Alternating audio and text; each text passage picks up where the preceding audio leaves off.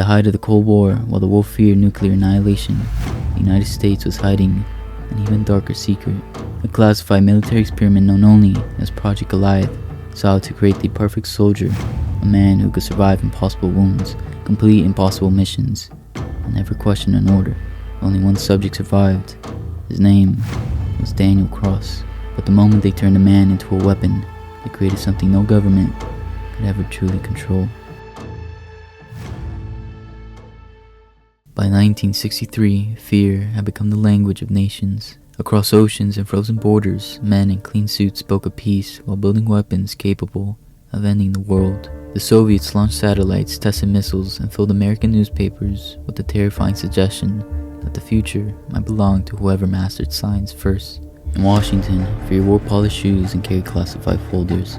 They sat in underground rooms beneath military bases and asked questions no moral country should have answered.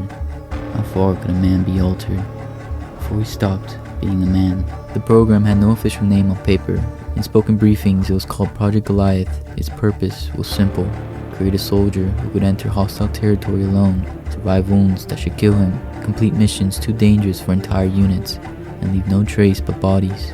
The first subjects died screaming. The next lived long enough to go blind, seize, or tear themselves apart from within. Others became unstable, their muscles growing stronger, while their minds collapsed beneath pain, memory loss, and violent delirium. But Daniel Cross survived. Before the serum, Daniel had been everything the army wanted: disciplined, quiet, loyal, a soldier who believed duty was not a slogan, but a debt paid with blood, if necessary. He had enlisted because his father had served, because he believed America stood between order and darkness, because sacrifice made sense to him when it had a flag draped over it. After the serum, sacrifice stopped being a choice. His body changed first, bones hardened, reflexes sharpened, his heartbeat slowed under stress instead of rising. He could run through snow with a bullet in his side, keep moving after men twice his size collapsed from exhaustion. But the serum did not simply strengthen him, it opened something violent beneath his discipline. Rage episodes came without warning. His vision narrowed, sound became threat, bodies became obstacles. In those moments, Daniel could not tell friend from enemy, command from plea, mercy from weakness. The government did not cure him, they conditioned him. Drug injections stole the worst of the episodes. Electroshock punished disobedience before it fully formed. Psychologists repeated mission phrases until they rooted beneath thought. His loyalty was no longer something he offered. It was installed, reinforced, and triggered. When Daniel Cross was deployed, he was not sent like a man. He was released like a weapon. His latest mission carried him deep into Soviet-controlled territory, into a frozen forest where remote military outposts hid beneath snow-heavy pines. The target was Minister Viktor Sokov, a high-ranking Soviet official rumored to possess intelligence on experiment weapons transfers. The order fed into Daniel through a headset before insertion: enter, locate, eliminate, extract. Daniel moved through the forest without speaking. Snow gathered on his shoulders. His breath left no panic in the cold. At the outer fence, he cut through wire, disabled the alarm box, and dragged the first guard into the trees before the man could turn. Inside the compound, he became a shadow passing through light, a snapped neck in a storage corridor, a knife across a radio operator's throat, a silenced pistol fired twice, with falling steam. He was terrifying because he did not hate the men he killed. He barely seemed to see them. Only once did something break through.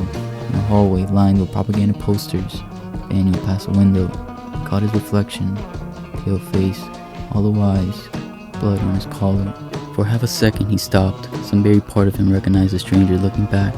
Then his earpiece crackled. Proceed. Daniel obeyed. He found Sokov in the command wing as alarms began to rise elsewhere in the base. The minister was surrounded by officers shouting orders in Russian, his face red with fear. Daniel stepped from the smoke like death made human and raised his pistol. Before he could fire, someone struck him from the side. The impact drove him through a wooden desk. Daniel rolled, recovered, and found himself facing a woman in a dark Soviet field coat, a knife held low in one gloved hand. Her movements were controlled, her eyes sharp and unreadable. Anya Volkov had been sent to the outpost under orders even she did not fully trust. Protect Sokov if he remained useful. Kill him if capture seemed likely. She had expected spies, perhaps a raid. She had not expected Daniel Cross. They collided in the chaos like two secrets trying to erase each other. Daniel attacked with brutal force. Anya answered with precision, slipping inside his reach, cutting his arm, driving a knee into his ribs. He threw her against the wall hard enough to crack plaster. She rose bleeding, expression unchanged, and came at him again. For the first time in years, Daniel met someone who did not simply break. Then, the outpost exploded. A fuel line ignited beneath the command wing, tearing through the lower floor in a roar of fire and metal. Lights died, sirens screamed. Sokol vanished into smoke with his guards. Daniel's earpiece filled with static and silence. Across the room, Anya touched her own receiver and heard nothing but dead air. Handlers gone. Orders gone. The ceiling buckled between them, forcing Daniel one way and Anya the other, as flames swallowed the corridor. Outside, Soviet soldiers shouted into the storm, firing as shadows while the forest beyond the compound waited cold and endless. By dawn, both nations would believe control had merely been delayed. They were wrong. In the frozen wilderness beyond the burning outpost, Daniel Cross and Anya Volkov were no longer weapons in the hands of governments. They were survivors cut loose from the machines that had made them. Daniel found Anya by the blood. It marked the snow in dark, uneven drops leading away from the burning outpost and deeper into the forest, where the pines grew thick enough to swallow the moonlight. Behind him, sirens still wailed through the trees, warped by distance and storm wind. Searchlights swept the smoke above the ruined compound. Men shouted in Russian. Somewhere far off, an American extraction signal crackled uselessly to a dead frequency. Daniel ignored it all. His orders remained inside him like a nail driven into bone. Locate, eliminate, extract. But the mission had fractured with outpost, and Anya Volkov was the only living piece of it he could still hold. She had been close to Sokol. She had fought like someone trusted with secrets. That made her valuable. That was what Daniel told himself when he found her collapsed beneath a frozen birch tree, one arm pressed to her side, blood soaking through her coat. He stood over her with a knife in his hand. It would have been easy, one motion, quiet, clean, a loose end removed from the mission. His conditioning reached for the answer before thought could interfere, eliminate threat. Anya's face was pale beneath streaks of soot, her lashes frosted with snow. She looked younger, unconscious, stripped of the hard intelligence that had sharpened her during the fight. Daniel's grip tightened on the knife. His hand trembled once, and he lowered the blade. He bound her wound roughly, tied her wrists, and dragged her through the trees before either army could find them. By dawn, the storm had worsened. Snow fell thick enough to erase footprints almost as quickly as Daniel made them. American recovery teams would be moving from the west. Soviet patrols would surge from the outpost. Neither side knew yet that their two most dangerous assets were together, one half conscious, cursing under her breath, the other silent as a corpse. Near midday, Daniel found the cabin. It was an old hunting shelter tucked beneath a slope of black pines, half buried in snow, its roof sagging but intact. Inside were a rusted stove, 2 bunks, a cracked table, and shelves holding 3 cans of spoiled beans, box of matches, and no radio. It smelled of dust, animal musk, and old smoke. Shelter, but not safety. Daniel tied Anya to the lower bunk, checked the windows, then circled the perimeter twice before building a small fire. He said nothing.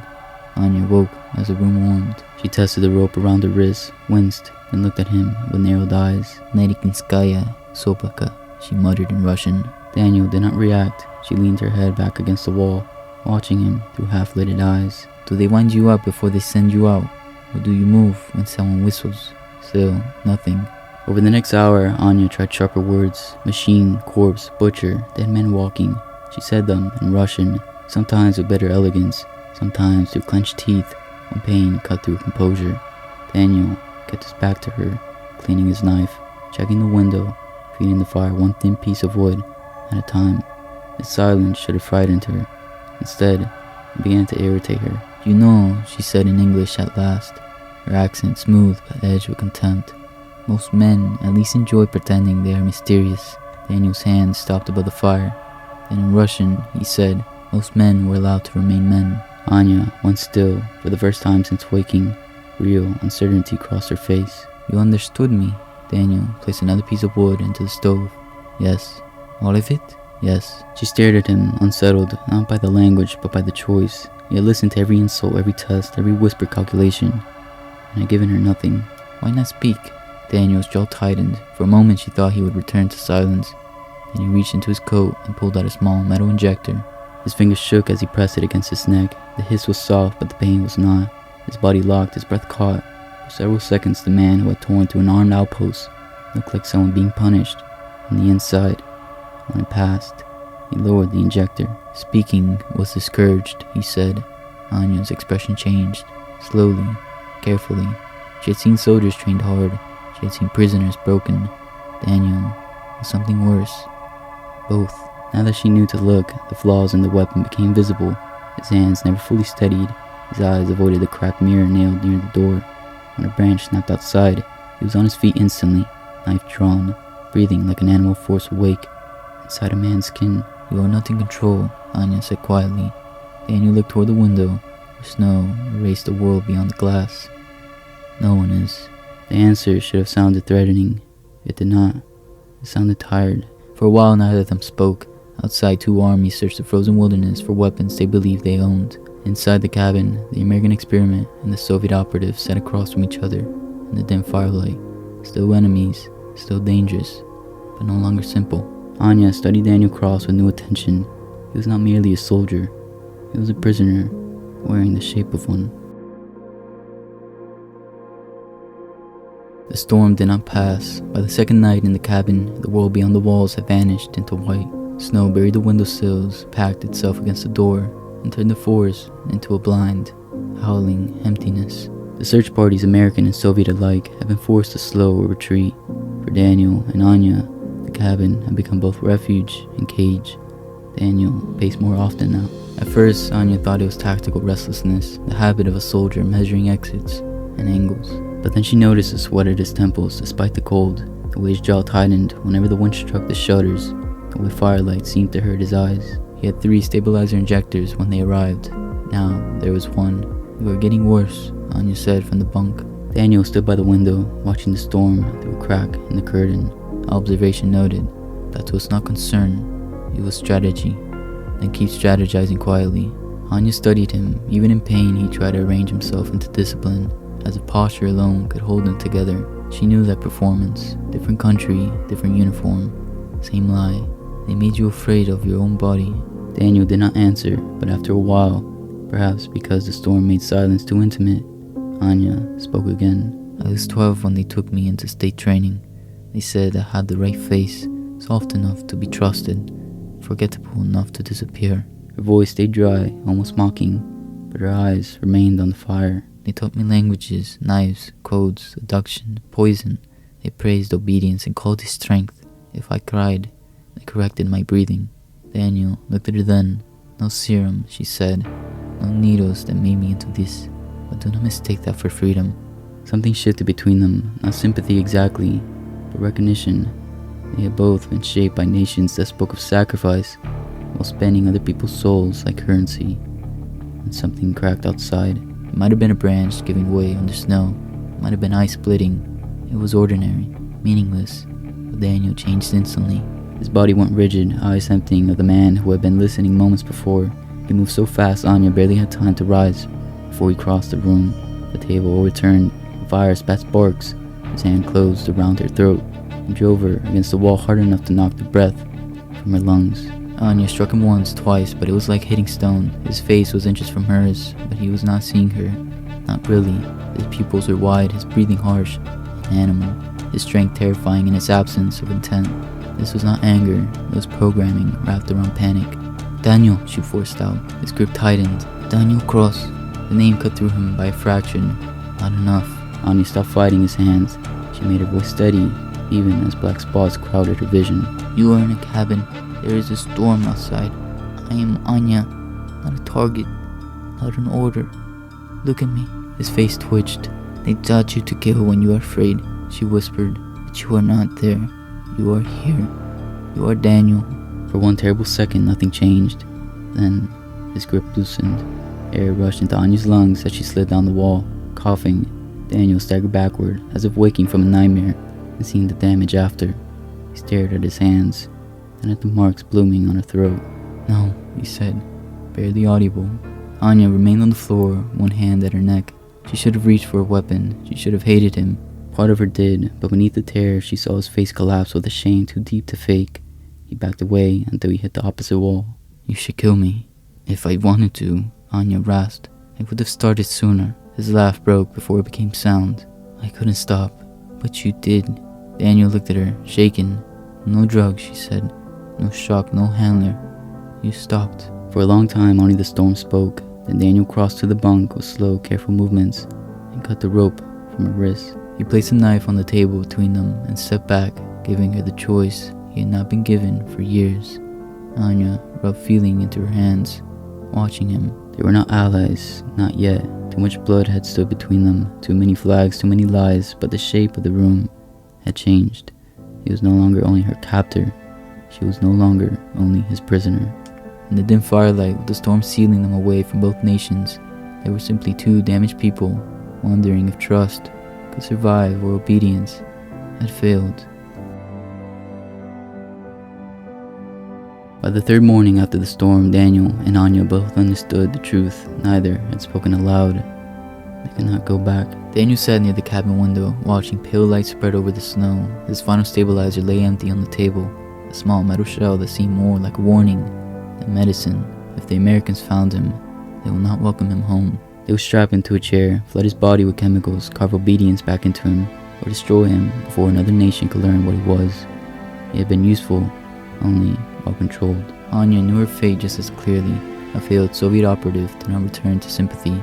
She would be questioned, stripped apart for weakness, punished for surviving where orders had not. If Moscow believed she had spoken to Daniel, trusted him, or hesitated in her duty, she would vanish into a prison.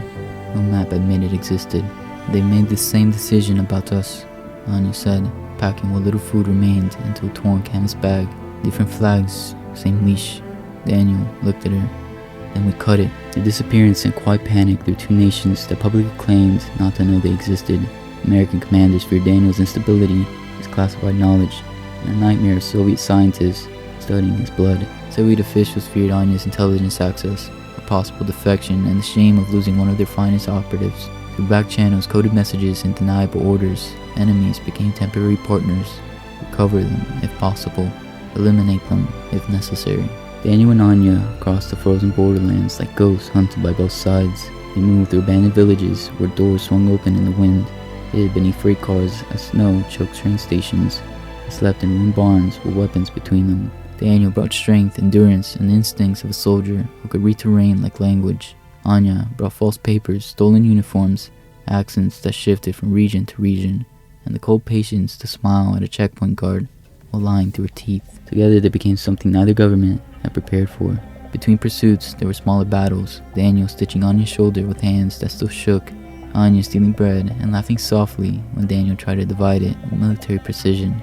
Nights spent sleeping in shifts, though sometimes one woke to find the other still watching, not from suspicion anymore, but care. Near an abandoned rail shed, Daniel finally said, "I don't know who I am without orders." Anya leaned beside him, her breath pale in the cold. "You were good." He looked at her. "That means they did not finish you," she said. "Freedom is not knowing the answer. It is choosing before someone gives you one." At the border crossing, the pursuers caught up. Gunfire shattered the night. Daniel overturned a military truck with impossible force, while Anya triggered stolen charges along the checkpoint fuel lines. Fire lit the snow, then shouted in two languages. In the chaos, Daniel took Anya's hand and pulled her through a drainage tunnel into the road, just before the bridge collapsed behind them. By dawn, search teams found blood, burned coats, and no bodies. "Let them think it," Anya whispered as they limped into the trees. For the first time, they were not assets, soldiers, or enemies. They were fugitives alive beyond the reach of orders, choosing each other over every loyalty that had ever tried to own them. Years passed before the world found them. By then, Daniel and Anya had become people with ordinary names in a valley no one important cared to map.